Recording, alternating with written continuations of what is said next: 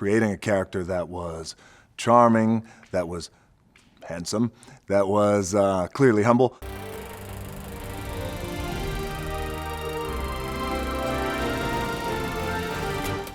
You just earned yourself a dance with the devil, boy. 3-4 years ago, meeting with Justin Lin for the very first time and talking about this character of Luke Hobbs and creating a character that would resonate with people, creating a character that was charming, that was handsome, that was clearly humble, that was also just a badass from the word go, and that had somewhat of a cowboy sensibility, and also had a unique ability to talk a lot of shit and then back it up, but also, by the way,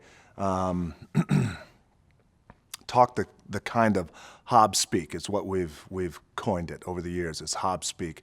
Talk that Hobbs-speak, that Hobbs trash in that rhythm, the way he talks it, and delivering those lines, but with a wink, and knowing that and the wink, by the way, is always for the audience, which is the way I always looked at it. So that was a fulfilling part about it. How do I find him? The official answer is, you don't. We find Hobbs in the hospital. There's a little surprise that we find, and we find that Hobbs has a daughter, and he's madly in love with his daughter, which was not a stretch for me, by the way, because my little girl is my everything. Madly in love with that little girl, and on screen Hobbs madly in love with his daughter.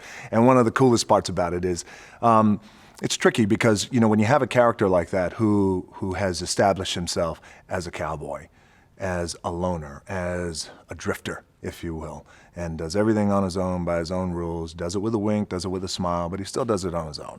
And then you have just this little girl who you see lights up his face.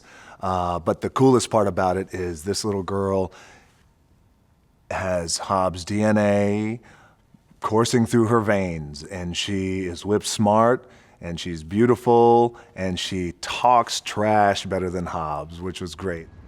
And Dwayne!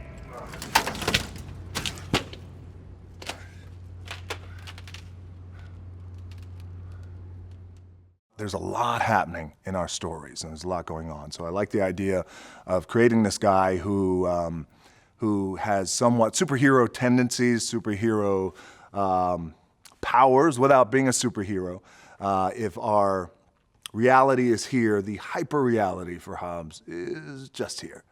Where you think, did he just lift that autocannon? I think he did. Well, it's Hobbs.